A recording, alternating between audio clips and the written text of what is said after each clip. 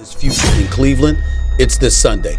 He cannot look like trash. He cannot go out there and complete 25% of his passes. He cannot look lost and completely discombobulated. And we're not going to throw out excuses about him not having any reps with the first team. I don't believe he was put in a position to succeed the other day. Now we're going to see. I'm not telling you got to go out there and look like a star or anything like that.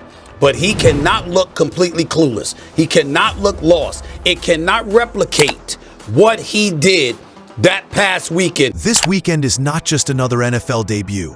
It's a career crossroads that could define a young man's future, and it's rigged against him. We're talking about Shedeur Sanders and his first start for the Cleveland Browns. The media narrative is simple. If he fails, it's over. But the reality is far more complex and, frankly, unfair. We've seen what's happening. He's stepping onto the field with one of the most challenged offenses in the league, a group that's been decimated by injury and inefficiency. He's been given a handful of reps, 4 practices with the starting group to be exact. And yet, the expectations being hurled at him are not just for a good game, but for an unforgettable, undeniable performance. If he's excellent, okay, let's just start there. If he's excellent, then he's set up incredibly well. Like, he will get more starts, I believe, this year. If he is terrible, this might be the only start he ever has in the NFL. Wow. Because here's the scenario that if he's terrible, then Gabriel assuming Gabriel's healthy enough to start in a week, Gabriel takes job back. Or that Kevin Stefanski is fired after this year. Yes. If that happens, the new regime comes in with multiple first-round picks and Dillon Gabriel there, almost assuredly is bringing in a quarterback, and they cut Shedeur. The stakes are higher for Shedeur than any other rookie quarterback this year. Why? Because of his last name, because of his draft status, and because, whether we like it or not, this organization has shown signs that it views him as an insurance policy, not the future. Let's start with the standard being set for Shedeur Sanders, because it's a standard that's nearly unprecedented for a rookie making his first start, especially in these circumstances. One commentator, and it's a sentiment being echoed across the league, has gone on record to say that Shedeur must ball, and they quantified what ball means. 2 to 3 touchdowns, no interceptions, and 225 yards or more. Think about that for a second. That is not the stat line of a rookie making a difficult mid-season emergency start. That is the stat line of a seasoned veteran stepping up against a weak opponent or an historically great debut.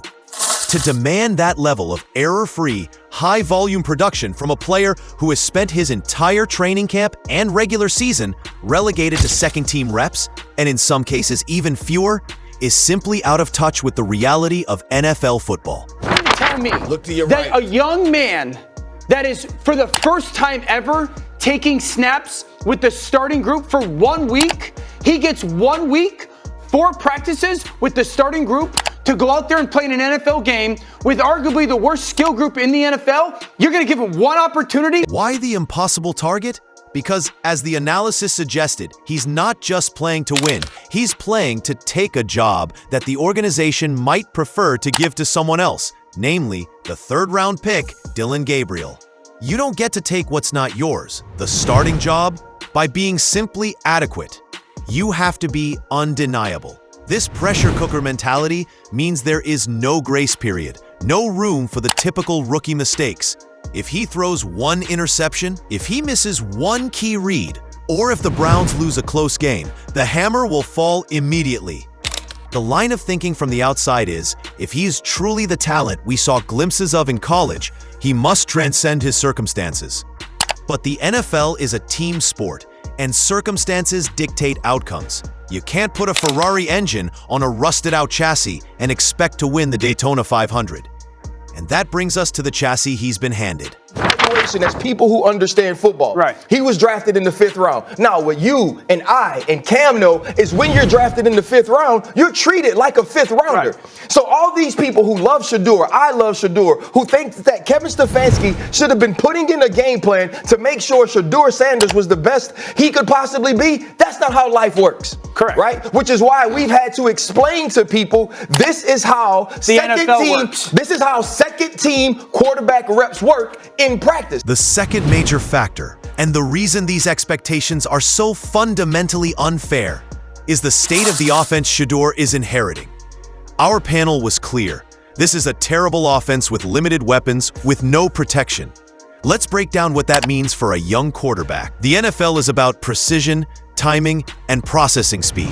When you have a porous offensive line, like the one the Browns have been fielding recently due to injuries and performance dips, the entire equation changes. A rookie quarterback already struggling with the speed of the game needs time in the pocket. Time to get through his progression. Time to find the check down. And time to breathe. Where in the world is Shedeur Sanders going to wind up? He can't come back to the Browns after this season unless he is lights out for the rest of the year. Something about that relationship does feel not good. The staff does not seem invested in him. This league is not about giving people chances. They give people jobs. And so the argument that Sanders has not been given enough of a chance, that's the argument behind not practicing with the ones. That's not what they do there. Furthermore, he has been given virtually zero runway.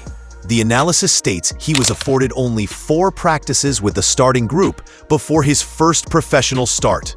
4 practices, that is barely enough time to learn the cadence, let alone establish the non-verbal timing and chemistry required with his starting receivers and offensive linemen. In a normal scenario, when a young quarterback is inserted as an injury replacement, the coaching staff, including a 2-time Coach of the Year like Kevin Stefanski, is supposed to simplify the game plan, maximize the player's strengths, and shield him from his weaknesses. They're supposed to give him the best opportunity to succeed. But the panel expressed doubt that this is happening.